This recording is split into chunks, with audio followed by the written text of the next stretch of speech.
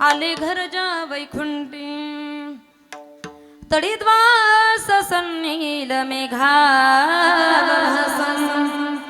रमामन्दिरं सुन्दरं चित्प्रकाशं वरवृष्टिकायां समान्यस्तपादं परब्रह्मलिङ्गं भजे पाण्डुरङ्गं पाण्डुरङ्गकरू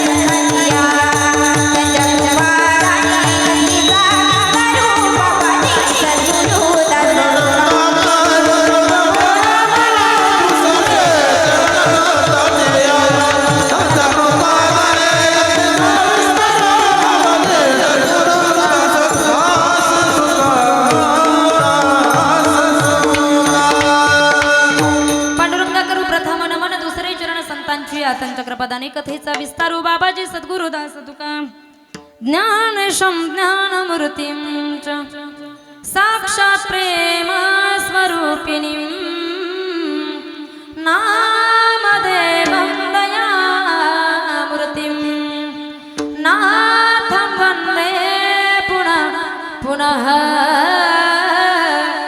वैराग्यस्य परामूर्तिं देहु क्षेत्र निवासिना तुकाराम महाराज भक्तराज चतुष्टकं नमो ज्ञानेश्वरा नमो ज्ञानेश्वरा नमो ज्ञानेश्वरा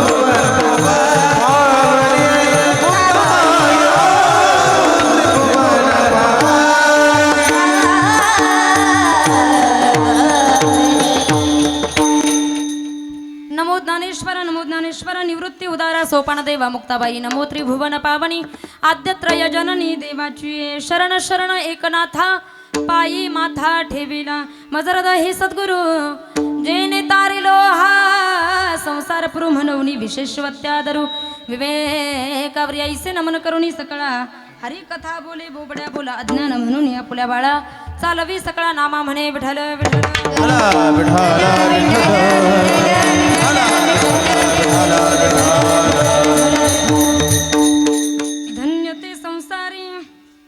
धन्य ते संसारी दयावंत जे अंतरी येथे उपकारासाठी आले घरजा वैकुंठी प्रस्तुत प्राप्त स्थळी प्राप्त प्रसंगी भगवत चिंतनाकरिता निवडलेले अभंग जगद्गुरु जगतवंदनीय वैराग्याचे मूर्तिमंत पुतळे संत हृदय सम्राट श्रीवंत श्री जगद्गुरु तुकोबाराय यांचा गोड असा सुंदर असा 4 चरणांनी सजलेला आणि आज खऱ्या अर्थानं नैमित्तिक कर्म म्हणायला काही अडचण नाही.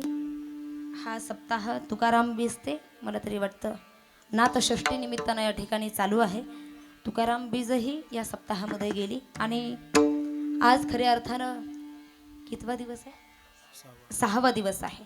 आणि या 6व्या दिवसामध्ये खऱ्या अर्थानं आज नाथांची षष्ठी आजच्या दिवशी या ठिकाणी आली आणि म्हणून त्या प्रसंगाला अनुसरून या ठिकाणी नाथ महाराजांच्या अवतार कार्याचं वर्णन करणारा आजचा हा अभंग खऱ्या अर्थानं कीर्तन रूपे सेवेकरता निवडला आहे. विठ्ठल विठ्ठल अभंगावर चिंतन करण्यापूर्वी वक्त्याचा 2 मिनिटाचा अल्पसा परिहार द्यायचा तो म्हणजे असा. अखिलकोट ब्रह्मांड नायक पंढरीश पांडुरंग परमात्मा तथाच वैराग्य मूर्ती रास रसज्ञ जगद्गुरु तुकाराम महाराज तथाच आनंदी वल्लभ मुक्त कैवल्य तेजोनिधी संत श्रेष्ठ माऊली ज्ञानेश्वर महाराज तथाच मम गुरुवर्य ऐतेषां सर्वेषां संतानां आशीर्वादं प्राप्तुम् अद्य एषः व्यासपीठे इदानीं मम कीर्तनस्य प्रारंभं करोमि. विठ्ठल विठ्ठल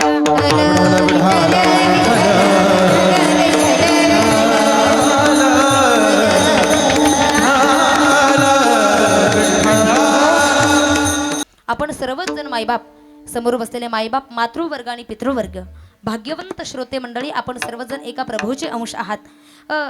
भगवद्गीतेच्या तत्वज्ञानानुसार ममई वंशो जीवलोके जीवभूत सनातनः मनःष्ठानींद्रियाणी प्रकृतीस्थानी कर्षती. आपण सर्वच जण मायबाप एका प्रभूचे अंश आहात असे समजून सर्वांच्या चरणावरती प्रणाम दंडवत करून सेवेला आरंभ. विठ्ठल विठ्ठल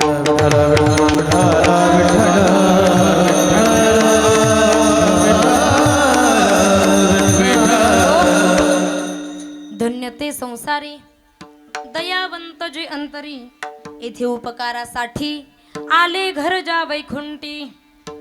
प्रस्तुत अभंगामध्ये ज्यांचा अभंग सेवेकरता उच्चारलाय त्यांचा अधिकार जर आपण पाहू गेलो 2 मिनिटात त्यांच्या अधिकाराला त्या ठिकाणी स्पर्श करू आणि पुढे चालू. तुकोबारांचा अधिकार जर पाहिला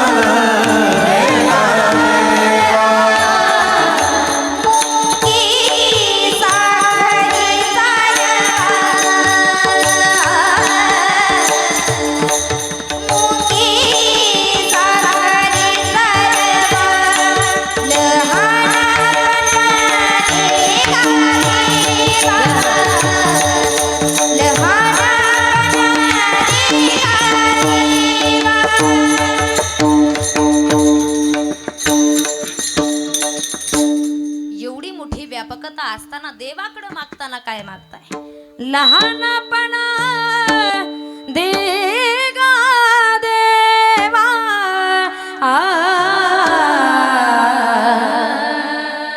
मुंगी साईसा रवा ऐरावत रत्न थोर त्यासी अंकुशाचा मार. विषय माझा संपला. एवढे अधिकार संपन्न असणारे जगद्गुरु तुकोबाराय एवढी मोठी व्यापकता असताना देवाकडे मागताना लहानपणा मागताय. याच्यापेक्षा अजून दुसरं मोठेपण कोणतं आहे? याच्याही पलीकडं भक्तीच्या बाबतीत तर एवढं समर्पण आहे. किती समर्पण आहे? देव पहा यास गेलो देव पहा यास गेलो तेथच देव होऊन ठेलो देव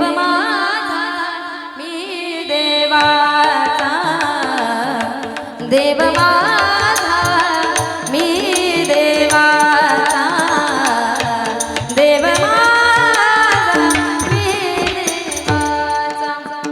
पहावयासे गेलो, तेथचे देव मी होऊन ठेलो. एवढे अधिकार संपन्न असणारे तुकोबर आहे. आणि यांचा अभंग आज खऱ्या अर्थानं नाथ महाराजांची षष्ठी आहे.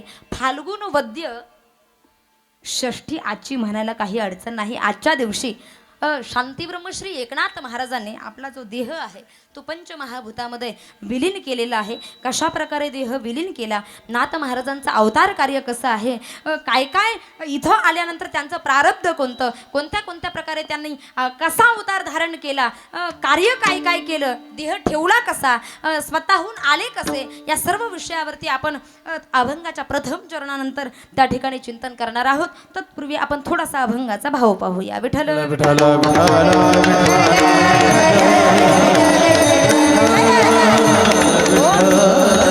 संसारी दयावंत जे अंतरी. या मृत्यूलोकाचा जर विचार केला, 4 वर्ग आपल्याला पाहायला मिळतात. ते 4 वर्ग असे आहे, 4 प्रकारचे लोक आपल्याला पाहायला मिळतात. 4 प्रकारचा वर्ग आपल्याला पाहायला मिळतो. पहिला वर्ग असा आहे की त्या वर्गामध्ये संसार करणारा एक वर्ग आहे. पहिला वर्ग कोणता? संसारात संसार करणारा पहिला वर्ग. दुसरा वर्ग असा आहे म्हटला की तो परमार्थात संसार करत आहे. दुसरा वर्ग जरा लक्षपूर्वक आहे का, म्हणजे लक्षात येईल. दुसरा वर्ग असा आहे की परमार्थात तो संसार करतोय.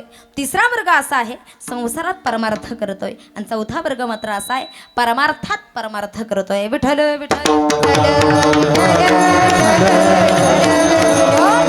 पहिला वर्गाचा आपण जरा विस्तारानं त्या ठिकाणी चिंतन करूया. पहिला वर्ग असा आहे की संसारात संसार, फक्त घर आहे, बायको आहे, बंगला आहे, गाडी आहे, ट्रॅक्टर आहे, सगळं काही आहे, पण तरी सुद्धा अपेक्षा पूर्ण झालेली नाही.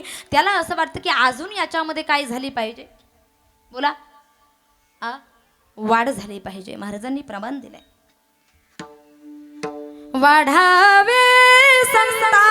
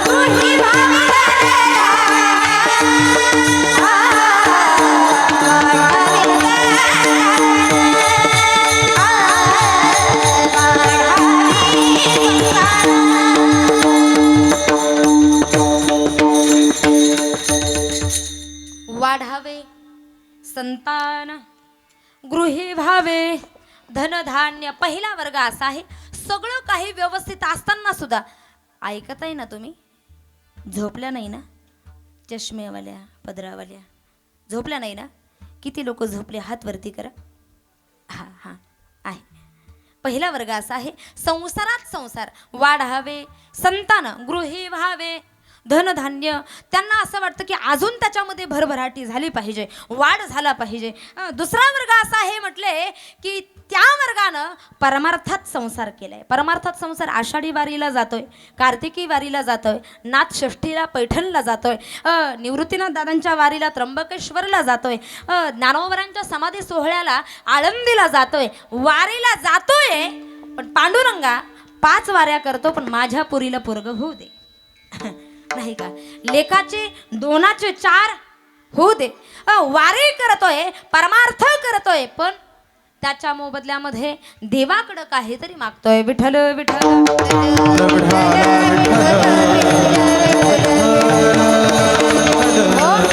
महाराजांनी याही वर्गाला प्रमाण दिलंय. काय प्रमाण आहे? अज्ञानाची भक्ती इच्छावी संपत्ती,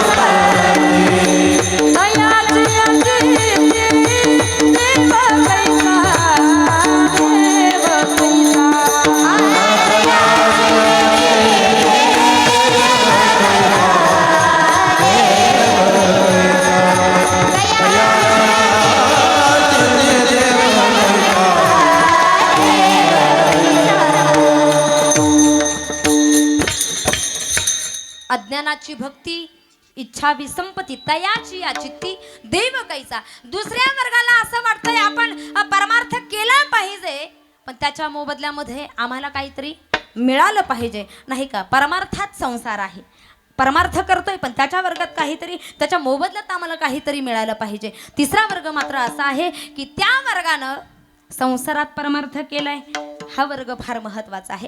या वर्गामध्ये नेमके कोण कोण आहे? या वर्गामध्ये लक्षपूर्वक ऐका, या वर्गामध्ये नामदेव महाराज आहे. या वर्गामध्ये ज्यांची आज खऱ्या अर्थानं नाथषष्ठी आहे असे शांती ब्रह्मश्री नाथ बाबा आहे. या वर्गामध्ये संत शिरोमणी नामदेव महाराज आहे.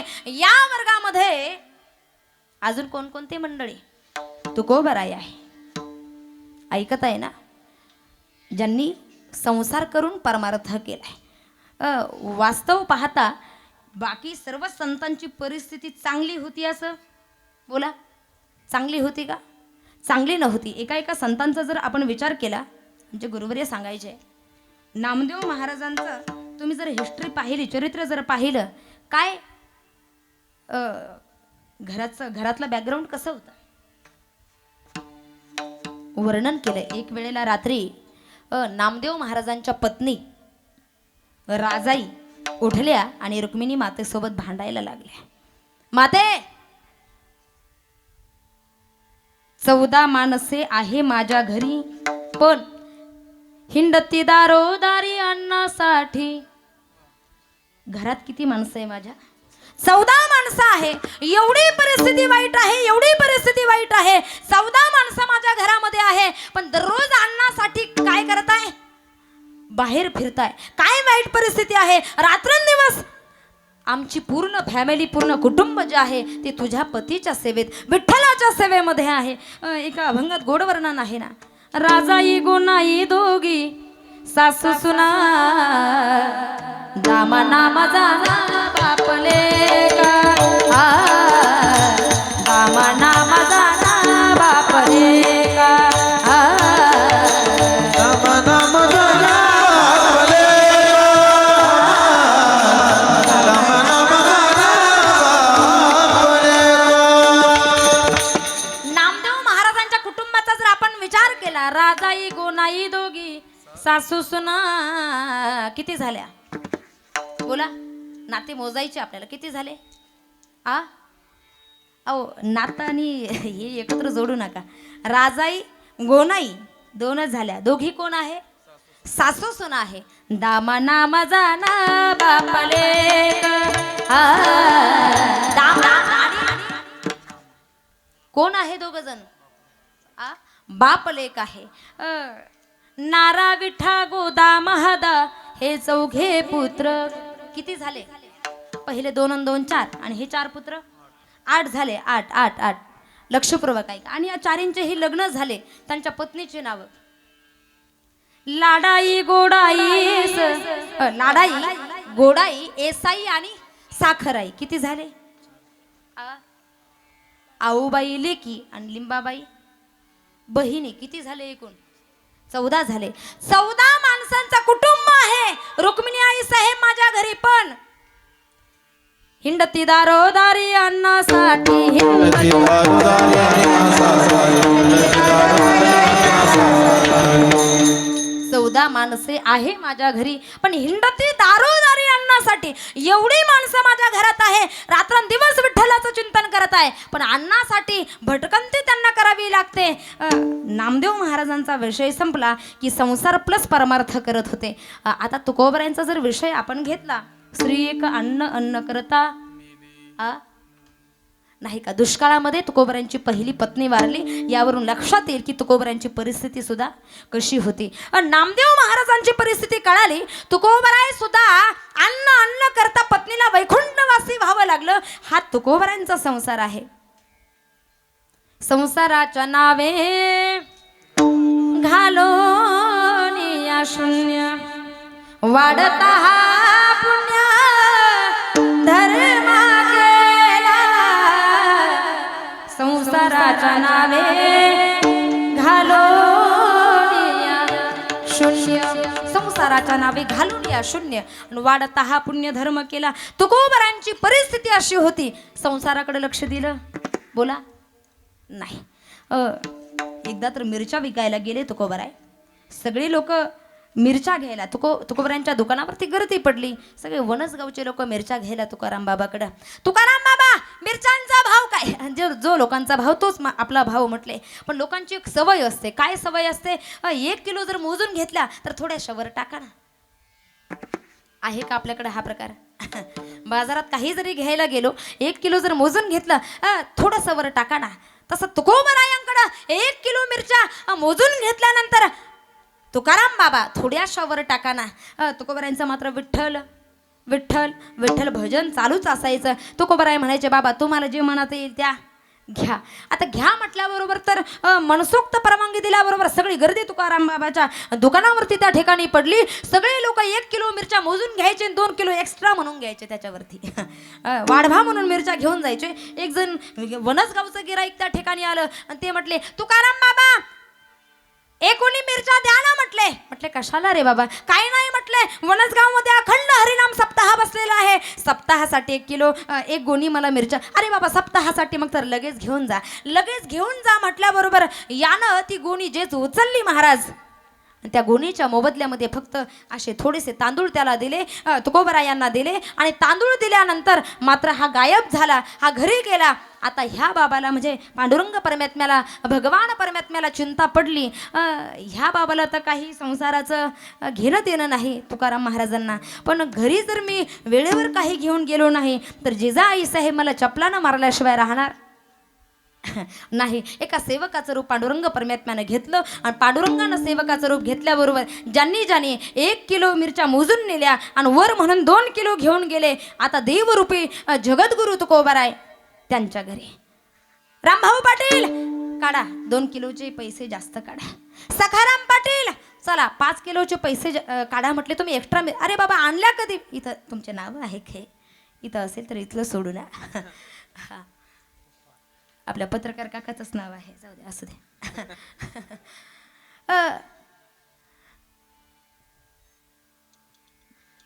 2 किलो जर एक्स्ट्रा मिरच्या आणल्या असेल देवरूपी जगद्गुरु तुकोबराय म्हणायचे सखाराम पाटील काढा 2 किलोचे पैसे जास्त काढा.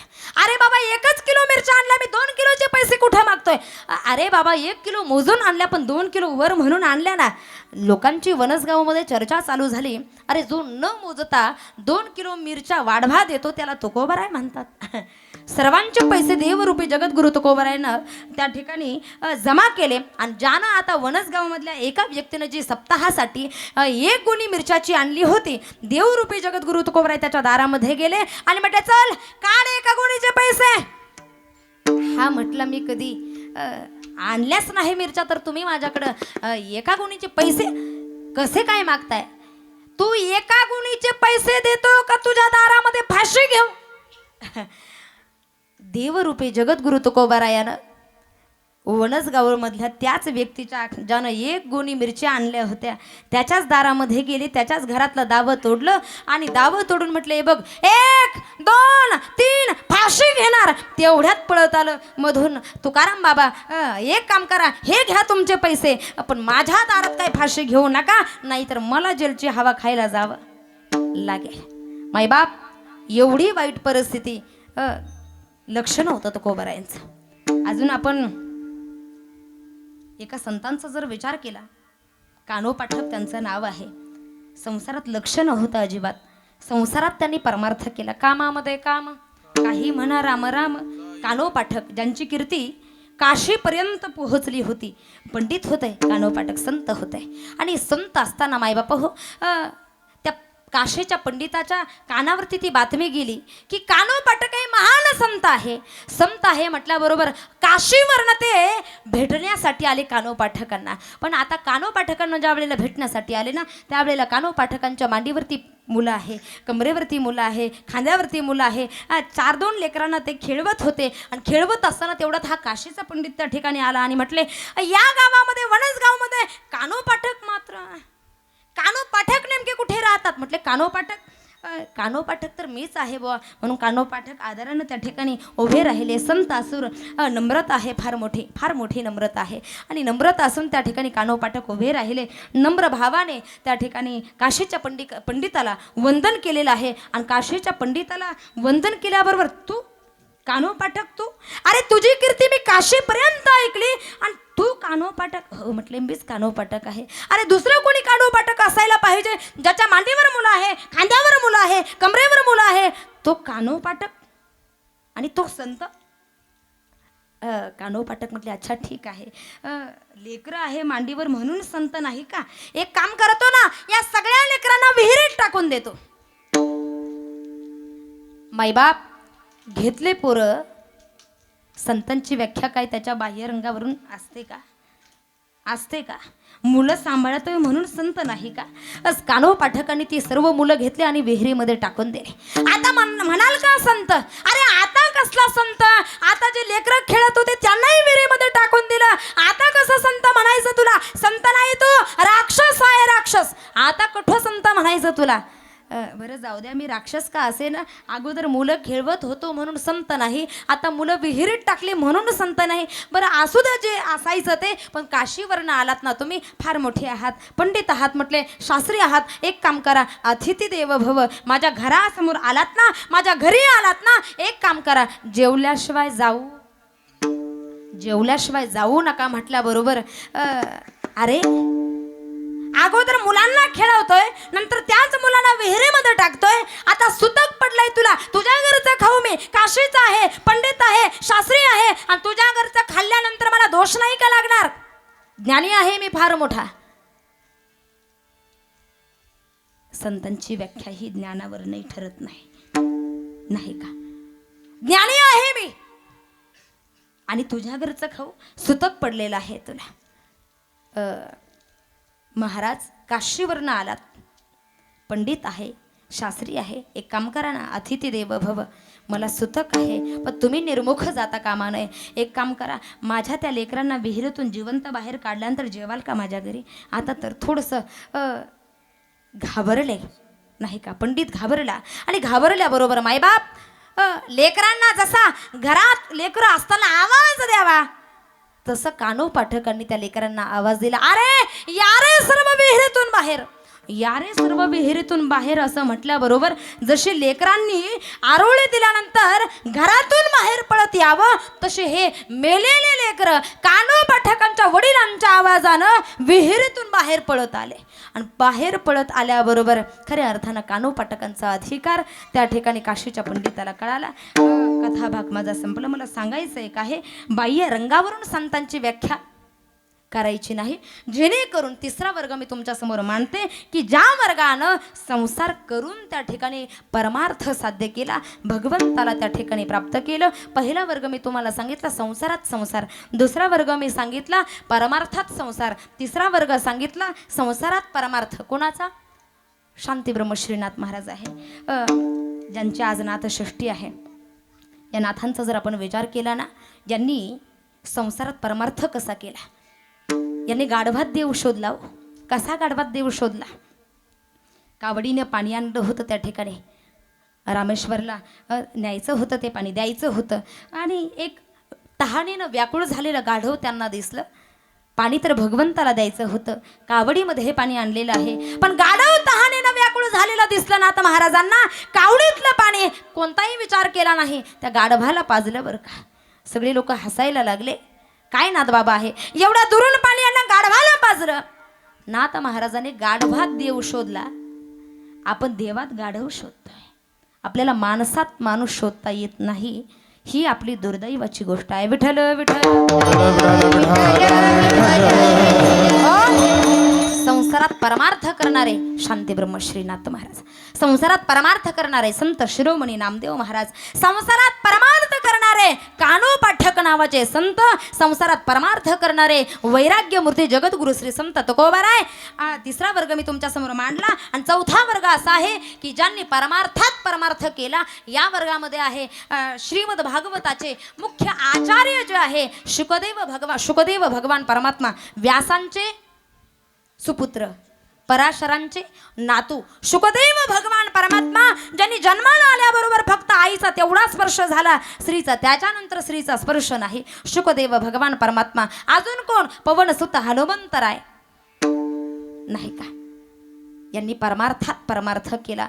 एका साधकाला प्रश्न पडला, जगद्गुरु तुकोबाराय 4 वर्गापैकी नेमका धन्य वर्ग आम्ही नेमका कोणता मानावा? नेमका पहिला वर्ग संसारात संसार. हिरण्यकश्यपू नाव घेऊन दे देवाचे हे ब्रीद हिरण्यकश्यपूचे परी त्याचे कीर्तन हे तुझे रूप विषमत्व साचे तुझे लागी. पहिला वर्ग. दुसरा वर्ग असा आहे की ज्यांनी परमार्थात संसार केला, अज्ञानाची भक्ती इच्छावी संपत्ती तयाची चित्ती देव कैसा. तिसरा वर्ग असा आहे म्हटले की ज्यांनी संसारात परमार्थ केला, आधी करून ही सर्व संत मंडळी. आणि चौथा वर्ग असा आहे की ज्यांनी परमार्थात परमार्थ केला. या 4 वर्गापैकी आम्ही नेमकं धन्य कुणाला समजावं? धन्य कोणता वर्ग आहे? तो साधक विचार करतोय. आपण जर याच्या विचारात पडलो तर आपण गोंधळून जाऊ. एक काम करू, आपण जगद्गुरु तुकोबारायांकडे जाऊ. तो तुकोबारायांकडे गेला, तुकोबारायांना विचारलं की तुकोबाराय या 4 वर्गापैकी धन्य वर्ग नेमका कोणता? त्यावेळेला तुकोबाराय उत्तर देतात की बाबा रे, त्याच्या अंतःकरणामध्ये दया भरलेली आहे, तूच खरा संसारामध्ये धन्य आहे. अभंगाच्या प्रथम धन्य ते संसारी धन्य ते संसारी हो धन्य ते संसारी धन्य ते संसारी हो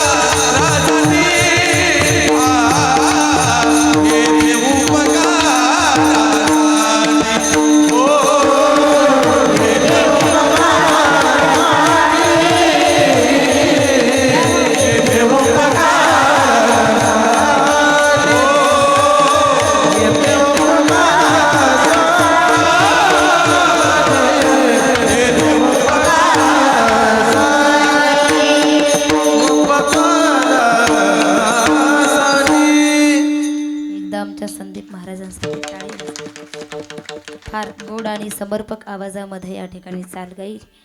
तर काही ठिकाणी गेल्यावर परिस्थिती अशी पाहायला मिळते. रात्रीच्या कीर्तनात मी सहज म्हटलं, माझी वाणी तुझे वर्णी गुण नामा.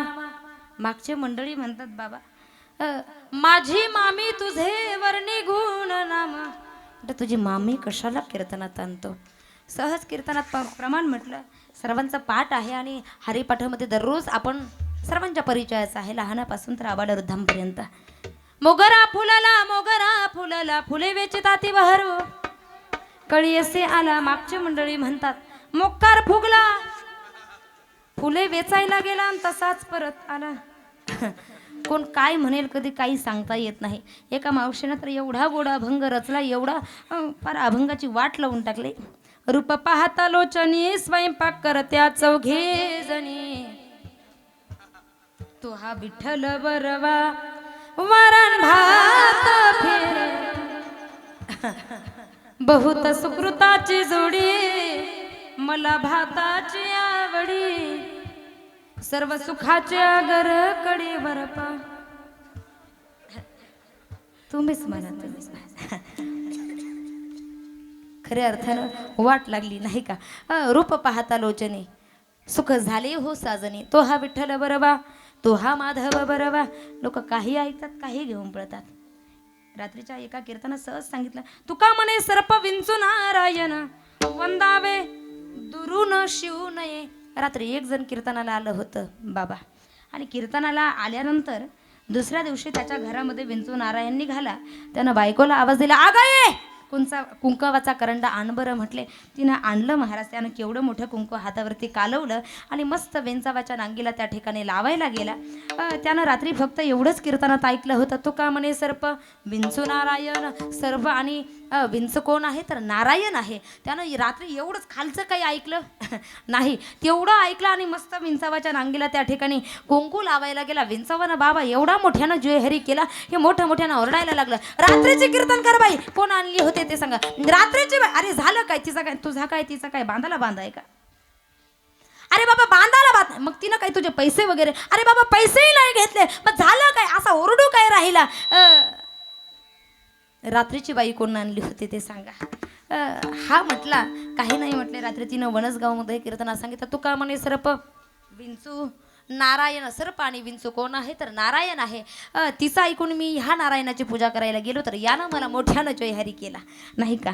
जयहरी केला म्हटले. अरे लोक म्हटले, ताई ती म्हटली होती की कीर्तनामध्ये तुका म्हणे सर्प विंचू नारायण, पण ती पुढेही म्हटली होती. हा म्हटलं काय म्हटली होती ती पुढे. म्हटले वंदावे दुरून शिवू नये. हे म्हटलं बरोबर आहे. ते ऐकताना मला झोपेची टुकली आली होती. म्हटले तुला झोपेची टुकली आली, ते काय करतील. विठ्ठल विठ्ठल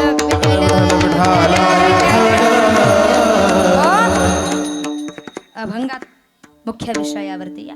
धन्य ते संसारी दयावंत जे अंतरी. संसारामध्ये धन्य ते आहे ज्यांनी संसार करून परमार्थ केला.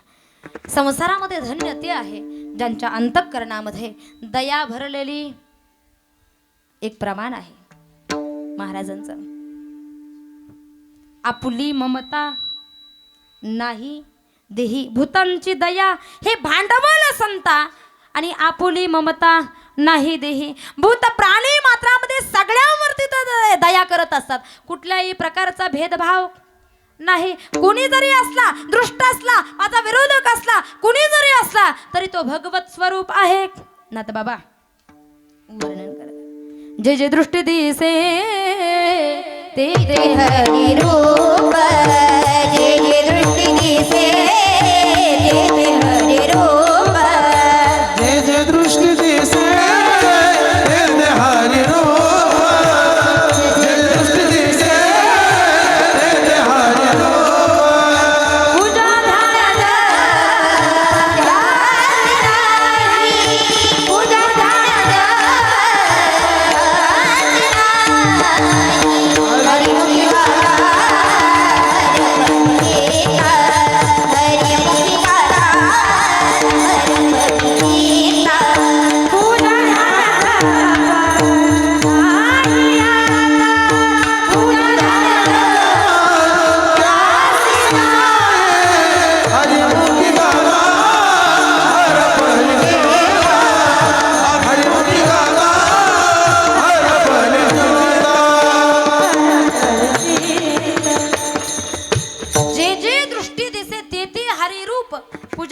जप त्यासी नाही. नाथ बाबा नाथ हरिपाठाच्या चौथ्या अभंगाच्या पहिल्या चरणात वर्णन करतात. जे जे दृष्टी दिसे ते ते हरिरूप, पूजा ध्यान जप त्यासी नाही. पुढे म्हणतात त्याच अभंगात, वैकुंठी कैलासी तीर्थ क्षेत्री देव तया विना ठावरिता कुठे. वैष्णवांचे गुह्य मोक्षाचा एकांत, अनाथासी अंत पाहता नाही. आदी मध्य अंती अवगा हरी एक, एकची अनेक एक हरी. एकाकार झाले जीव शिव दोन्ही, एका जनार्दनी ऐसे केले. हरिमुखी गाता हरपली चिंता, त्या नाही मागुता जन्म घेणे. विठ्ठल विठ्ठल विठ्ठल धन्य ते संसारी दयावंत जे अंतरी संसारामध्ये धन्य त्यांना म्हणा ज्यांच्या अंतःकरणामध्ये दया भरलेली आहे. आता पुढचा विषय असा आहे की संसार कशाला नेमकं म्हणतात.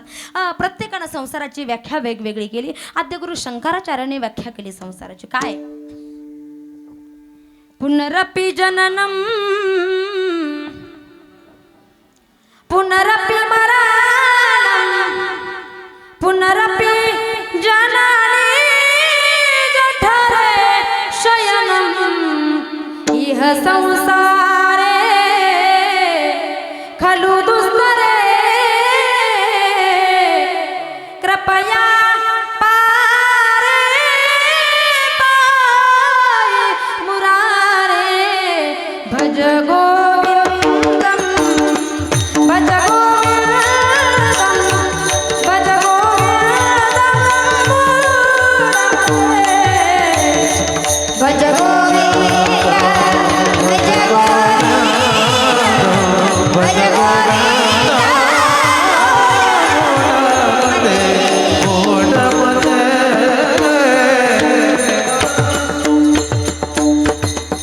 आद्यगुरु शंकराचार्यांनी संसाराची व्याख्या केली. कशी? पुनरपि जननम पुनरपि मरणम पुनरपि जननी जठरे शयनम पुनरपि जननम पुनरपि मरणम पुनरपि जननी जठरे शयनम इह संसारे खलु दुस्तरे कृपया पारे पाही मुरारे. संसार कशाला तुम्ही आम्ही संसार कशाला म्हणतो? घरदार बायका पुरं कोंबड्या बकरं विशिष्ट प्रकारचं एक बॅकग्राऊंड त्याला आपण संसार अशी त्याला उपमा देतो. पण संसार नेमकं कशाला म्हणतात शास्त्रीय भाषेमध्ये प्रत्येकानं संसाराची व्याख्या केली. किती वेळा जन्म यावे नित्य भावे फजित पुन्हा जन्म पुन्हा मरण पुन्हा जन्म पुन्हा मरण पुन्हा जन्म पुन्हा मरण पुन्हा जन्म पुन्हा मरण. तुम्ही म्हणाल चालू दे 4:30 वाजेपर्यंत पुन्हा जन्म पुन्हा मरण. ही जी जन्म मरणाची प्रक्रिया आहे हिला संसार म्हणायचं. पुन्हा जन्म पुन्हा मरण याला संसार म्हणायचं. जोपर्यंत हा संसार जात नाही तुकोबराय म्हणतात जोपर्यंत देहावरचं अज्ञान जात नाही तोपर्यंत तो कोण आहे? तोवरी अवघा संसारिक. तोपर्यंत तो संसारिकच आहे असं काही म्हणायला अडचण नाही. आणि म्हणून धन्य ते संसारी दयावंत जे अंतरी ज्यांच्या अंतःकरणामध्ये दया भरलेली आहे त्यांना खऱ्या अर्थानं संसारात धन्य म्हणा. अजून त्यांचं दुसरं विशेषण काय तुकोबराय सांगतात इथे येताना सुद्धा ते परोपकारासाठीच येतात. अभंगाचं दुसरं येथे उपकारासाठी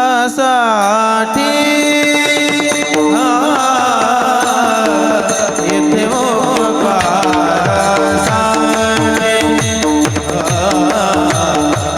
येथे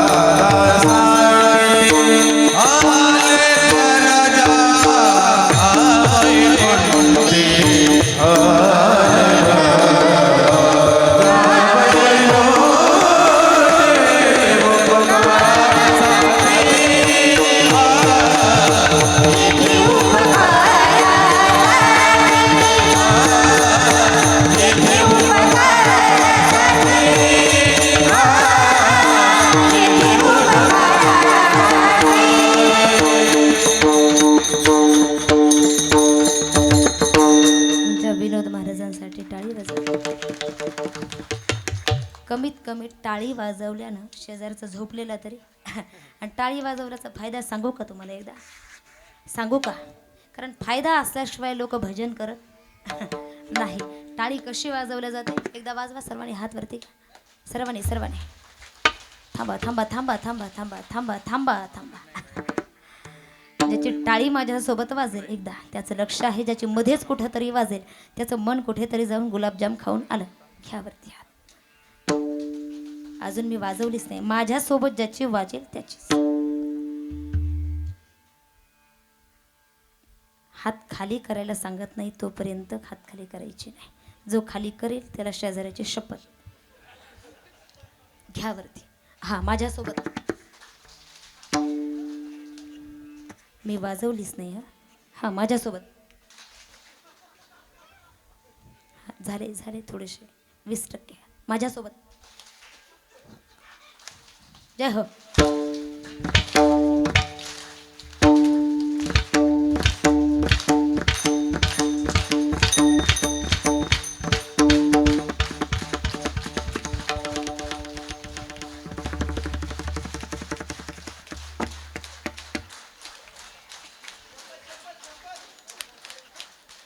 मला थांबून अर्धा तास झाला. टाळी वाजवल्याचा फायदा असा आहे, सायन्स आहे त्याच्या पाठीमागे. आपल्या शरीरामध्ये अनंत नाडी आहे, अनेक प्रकारच्या नाडी, भरपूर नाड्या आहे. आणि टाळी वाजवल्यानंतर सगळ्यांचा प्रवाह व्यवस्थित होतो. हृदय विकाराचा जो झटका आहे तो टाळी वाजवल्यानंतर येत आणि जो कोणी टाळी वाजवत नाही त्याला हा. म्हणून जेव्हा जेव्हा भजन होईल त्यावेळेस हातानं नाम आणि मुखानं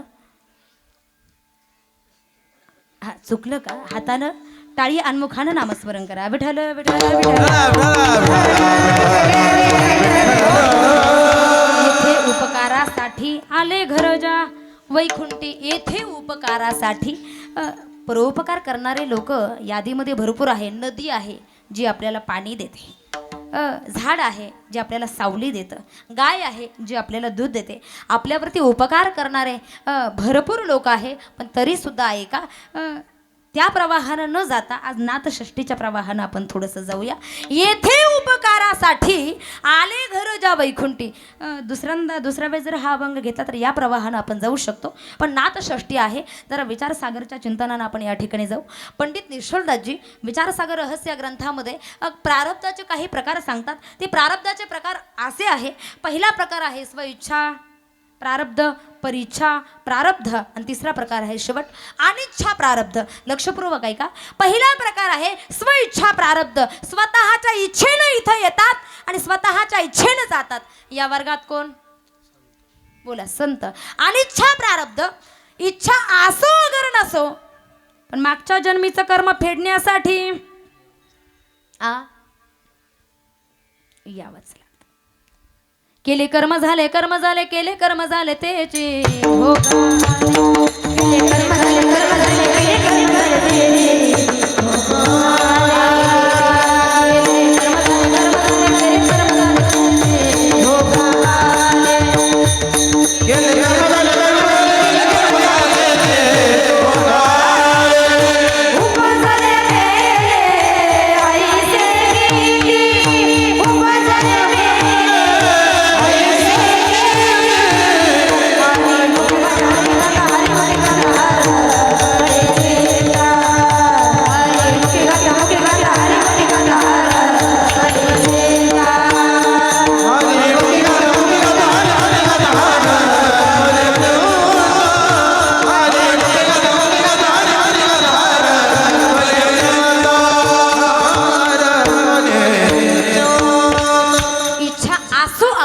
मागच्या जन्मीचं कर्म फेडण्यासाठी बोला यावं लागतं.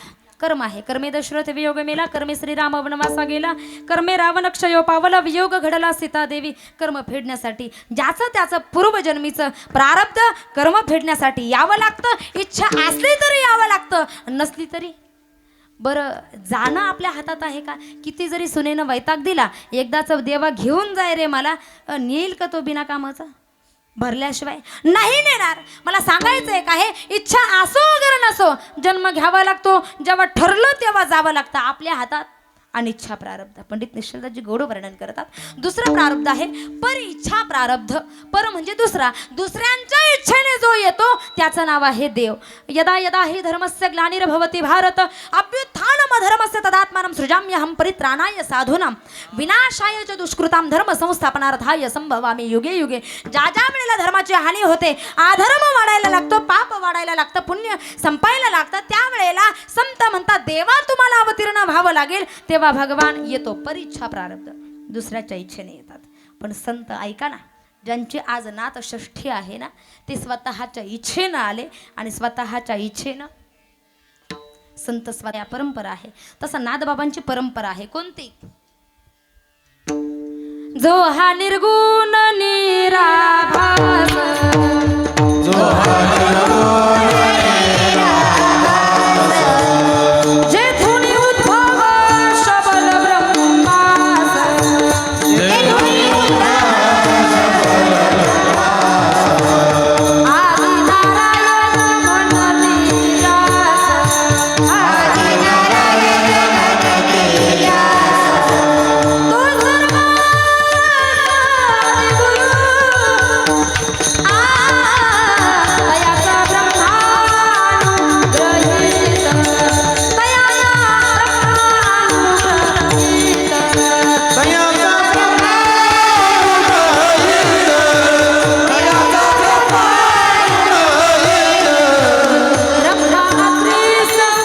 आदिगुरु, तयाचा ब्रह्मानुग्रहित, परंपरा ऐका.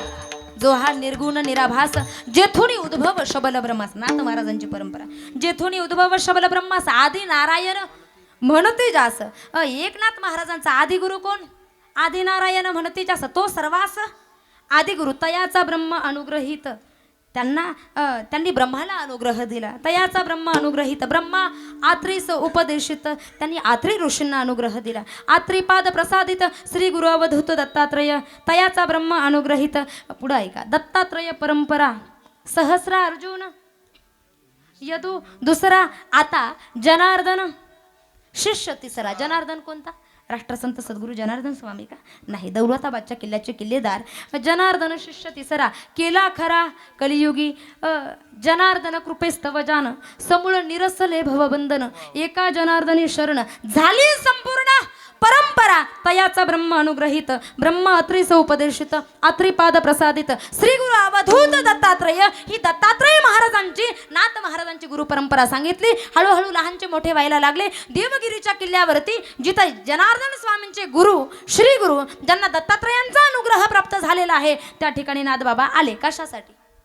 वेदाचं अध्ययन करण्यासाठी. हळूहळू वेदाचं अध्ययन केलं. अध्ययन केल्याबरोबर दत्तात्रयांना असं वाटलं की चला, जनार्दन स्वामींना असं वाटलं मला जसा अनुग्रह मिळाला दत्तात्रयांचा, तसं नाथबाबांना सुद्धा दर्शन एकदा दत्तात्रयांचं झालं पाहिजे. म्हणून एका घनदाट जंगलामध्ये एकनाथ महाराजांना जनार्दन स्वामी तपश्चर्या करायला बसायला लावतात.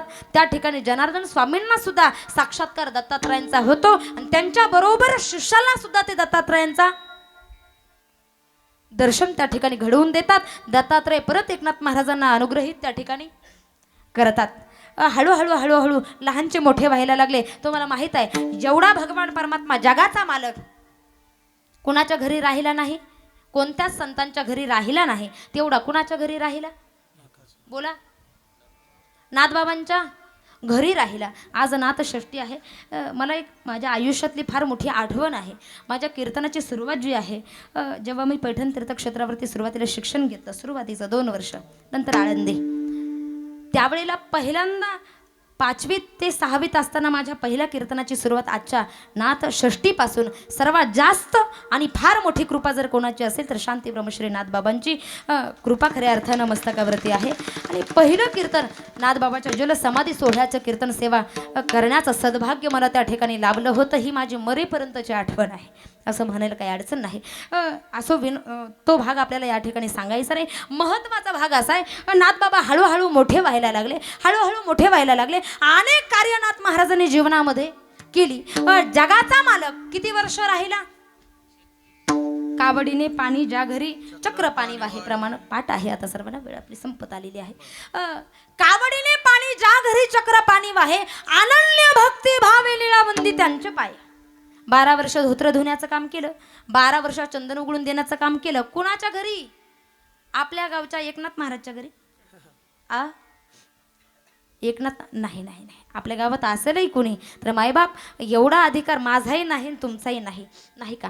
पण नाथ बाबाच्या घरी मात्र धोतर धुतली, चंदन उघडून देण्याचं काम केलं. केशव नाव धारण करून नाथ महाराजांच्या कीर्तनामध्ये 12 वर्ष ध्रुपद धरण्याचं काम जगाच्या मालकानं केलं.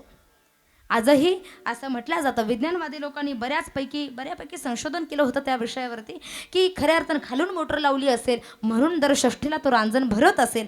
पण मायबाप जेव्हापासून आम्ही बघतो, संस्थेमध्ये शिकत होतो पैठणला, तेव्हापासून बघतो खऱ्या अर्थानं कितीही जरी शोध लावला तरी हे भगवंताची कृपा आहे. षष्ठीच्या अगोदर 2-4 दिवस तो रांजण भरवण्याचा प्रयत्न केला जातो, तरी रांजण भरत नाही. पण आजच्या दिवशी, षष्ठीच्या दिवशी कोणत्याही रूपामध्ये पांडुरंग परमात्मा छोट्या बालकाच्या म्हणा, वृद्धाच्या म्हणा, तरुणाच्या रूपात येऊन थोडंसं पाणी जरी त्या रांजणामध्ये टाकलं, अख्ख्या मंदिरात पाणी होतं. ही भगवंताची कृपा आहे. आजच्या दिवशी आजही जुना नाथ आणि नवनाथ ज्याला म्हटलं जातं, जिथं नाथ महाराजांची जलसमाधी आहे, ती जलसमाधी घेतली कशी नाथ महाराजांनी? मी प्रारब्ध सांगते तुम्हाला. 3 प्रारब्धाला मी स्पर्श करते आणि पुढे चालते. प्रारब्ध सांगितलं मी. तिसरं, संतांचं स्वतःच्या इच्छेनं येतात आणि स्वतःच्या इच्छेने जातात. नाथ महाराजांना म्हटलं आता भरपूर आपलं कार्य झालं. एकनाथी भागवत लिहिलं, भारुडं लिहिले, एकनाथी गाथा लिहिला, नाही का? भरपूर काही आपण रचना केली. आता आपण जायला काही अडचण, भावार्थ रामायणाची रचना त्या ठिकाणी नाथ महाराजांनी केली. आता जायला, आता देह ठेवायला काही अडचण नाही, म्हणून त्यांनी देह ठेवला. आपण जसे जातो तसे, आपल्याला जसे लोक 4-2 लोक तिरडीवरती ठेवतात, तशा भावकीतल्या लोकांनी नाथबाबांना सुद्धा तिरडीवरती बोला ठेवलं पहिल्यांदा गेल्याबरोबर. आणि नाथबाबाची अंत्ययात्रा लोक घेऊन चालले होते पैठण गावातले. तेवढ्यात त्यांच्या भावकीतले जे लोक होते शेजारचे, पहिल्यांदाच लग्न होऊन त्या बाईची मुलगी पहिल्यांदा माहेरी मूळ आली होती, तिला पहिल्यांदाच मूळ लावायचं होतं. नाथबाबाची अंत्ययात्रा तिथून चालली. त्या बाईनं अंत्ययात्रा पाहिली, ती बाई मोठ्यानं ओरडायला लागली, बाई या बाबाला काय आजच जायचं सुचलं का? माझी एकुलती एक लेक पहिल्यांदा सासरी चालली आणि ह्या बाबाला आजच मरायचं सुचलं का? अपशकुन झाला म्हटले. रडायला लागली मोठ्यानं. नाथबाबा तिरडीवरती घेऊन चालले होते ना नाथबाबाला. नाथबाबा मोठ्यानं ओरडले, अरे खाली ठेवा. आता जर आपण एखाद्याला घेऊन चाललो तिरडीवरती आणि तो जर असा मध्येच उठून बसता, अरे खाली ठेवा, आपल्या मांड्या नाही विठ्ठल विठ्ठल करायच्या का?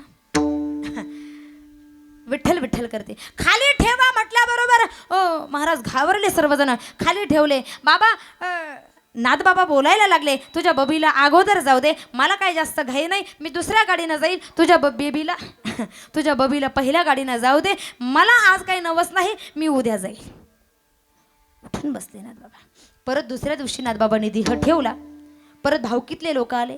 लय विचित्र, भावकीतले लोक आले, घेऊन चालले तिरडीवरती नाथबाबांना आणि चर्चा करायला लागले. अरे आयुष्यभर परमार्थ केला, पण शेवटी आपल्याच खांद्यावर चालला की नाही? नाथबाबा परत मोठ्यानं ओरडले, अरे खाली ठेवा. बाबा तुमच्या खांद्यावर काही नवस नाही, मी कोणाच्याही खांद्यावर जाईल, नाही तर पायी जाईल एकटा. तुमच्या खांद्यावर नवस नाही, खाली ठेवा म्हटले. परत दुसऱ्यांदा उठून बसले आणि तिसऱ्यांदा मात्र नाथबाबांनी सगळं पैठण गोळा केलं.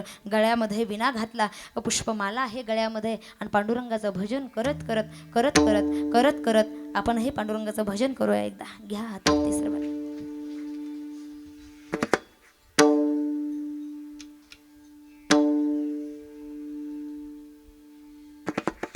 फार गोड आहे देवाचं नाम. वरती राहू दे. गोड तुझे रूप, गोड तुझे नाम देई मज प्रेम सर्व काळ. अजून किती गोड आहे बाबा, तुम्ही करा खाली, खाली करा खाली. अमृताहुनी गोड नाम तुझे देवा, मन माझे केशवा काबा नगे. अजून किती गोड आहे. अमृताला फिक पाडणार आहे. अजून किती गोड आहे. हात वरती राहू दे. जिभे गोड 3 अक्षरांचा रस, अमृत जयास फिके पुढे. अमृतालाही फिक पाडणार आहे. अजून कसं आहे. हातवरती राहू द्या. विष्णू सहस्रनामात वर्णन आहे. पवित्राणां पवित्रं यो मंगलानांच मंगलम, दैवतं देवतानांच भूतानां यो व्यपिता.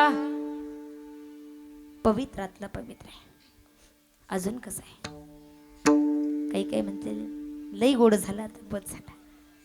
विठोबा रखुमाई विठोबा